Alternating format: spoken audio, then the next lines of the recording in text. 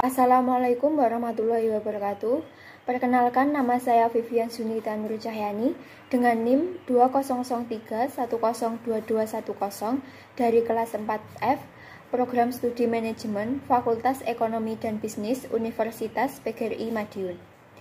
Kali ini saya akan melakukan presentasi bisnis untuk memenuhi tugas dari Ibu Metik Asmike SEMM selaku dosen pada mata kuliah Komunikasi Bisnis.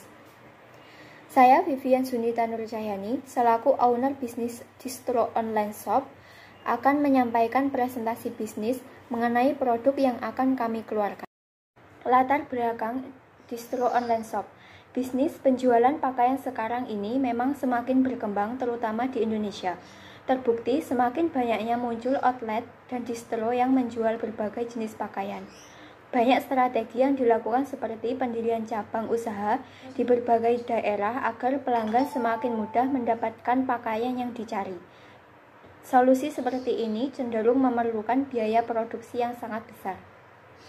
Karena itu, untuk menanggulanginya, diperlukan media yang sudah menjadi fasilitas bagi pelanggan dalam memperoleh informasi yang lengkap mengenai pakaian yang diinginkan dan dapat melakukan transaksi lebih mudah tanpa terkendala oleh waktu dan jarak. Masalah ini dapat ditanggulangi dengan menggunakan media sosial atau internet sebagai media yang memudahkan pelanggan dalam memperoleh pakaian yang diinginkan, baik mengenai harga, jenis, gambar, dan ukuran pakaian. Pengusaha pakaian juga akan dapat memperoleh pelanggan semakin banyak karena dengan majunya internet. Pelanggan dapat memesan pakaian walaupun terhalang dengan jarak. Oleh karena itu, berdasarkan dua pengamatan ini, saya mengambil peluang usaha penjualan online baju distro. Kenapa baju distro? Karena satu, produk yang ditawarkan beragam.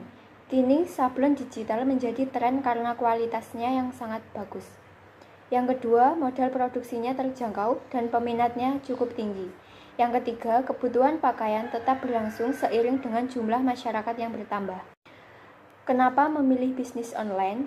Karena satu, menghemat biaya modal. Yang kedua, lingkup pemasaran yang lebih luas.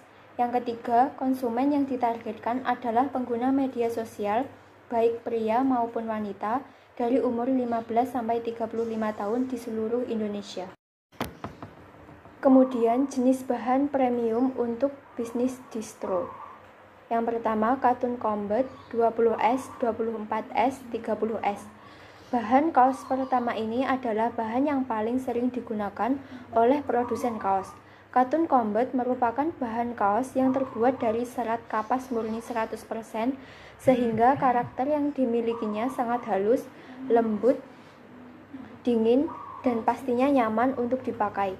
Hal yang paling terbaik dari bahan ini adalah dapat menyerap keringat dengan baik. Bahan Cotton Combat terdiri dari 3 jenis, yakni 20S, 24S, dan 30S yang memiliki ketebalan berbeda-beda. Sebenarnya ada satu lagi jenisnya yaitu 40S, namun Cotton Combat ini merupakan jenis paling tipis. Nah, untuk bahan yang paling tebal dimiliki oleh Cotton Combat jenis 20S. Akan tetapi, bahan yang paling banyak digunakan untuk membuat kaos adalah jenis 30S karena lebih cocok dan pas. Yang kedua, Cotton Bambu 30S. Di urutan kedua ada bahan Cotton Bambu 30S yang juga merupakan bahan kaos terbaik dengan kualitas premium. Seperti namanya, katun ini terbuat dari 2 serat pilihan, yakni serat kapas dan bambu. Sedangkan karakter yang dimilikinya adalah halus, lembut, dan super ringan. Tak hanya itu saja, Cotton Bambu 30S juga mengandung antibakteri dan juga anti listrik statis. Tak heran jika bahan satu ini banyak dicari oleh para pecinta kaos distro, apalagi mereka yang memiliki kulit super sensitif. Kamu bisa memilih bahan satu ini untuk kaos-kaos yang akan dijual pada distro kalian. Yang ketiga, cotton modal. Kalau bahan yang satu ini jauh lebih berkualitas dari bahan-bahan sebelumnya. Pasalnya, bahan ini terbuat dari serat kapas dan kayu dengan persentase 50% sampai 100%. Cotton modal memiliki karakter yang super halus dan lembut, bahkan kainnya juga sangat ringan di kulit. Permukaan cotton memiliki sedikit lebih berkilau sehingga membuat kaos tampak lebih berkelas. Proses produksi baju distro. Bahan kaos dijahit hingga membentuk kaos, lalu dicetak menggunakan alat cetak sablon manual atau menggunakan alat cetak sablon digital. Selanjutnya, kaos yang telah dicetak akan dikeringkan menggunakan pres, lalu dikemas dengan plastik dan dipercantik dengan kemasan tas genggam. Bagaimana pemasarannya?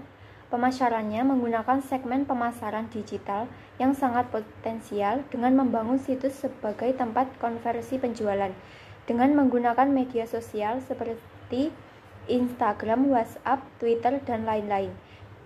Dengan ini, saya yakin bisa mengembangkan usaha ini dengan baik. Berikut rincian analisanya, yaitu yang pertama, membuat web resmi usaha sebagai web utama penjualan.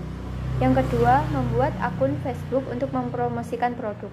Yang ketiga, membuat akun Twitter untuk memasarkan produk. Dan yang keempat, di setiap media sosial disediakan katalog agar konsumen lebih mudah dalam memilih produk yang diinginkan. Analisa SWOT. Yang pertama, strength atau kekuatan, yaitu produksi sablon digital sangat diminati berbagai kalangan karena kualitas dan perawatannya yang mudah. Yang kedua, proses pembelian yang mudah melalui digital, pengiriman menggunakan jasa ekspedisi, contohnya JNE dan JNT. Yang kedua, weakness atau kelemahan.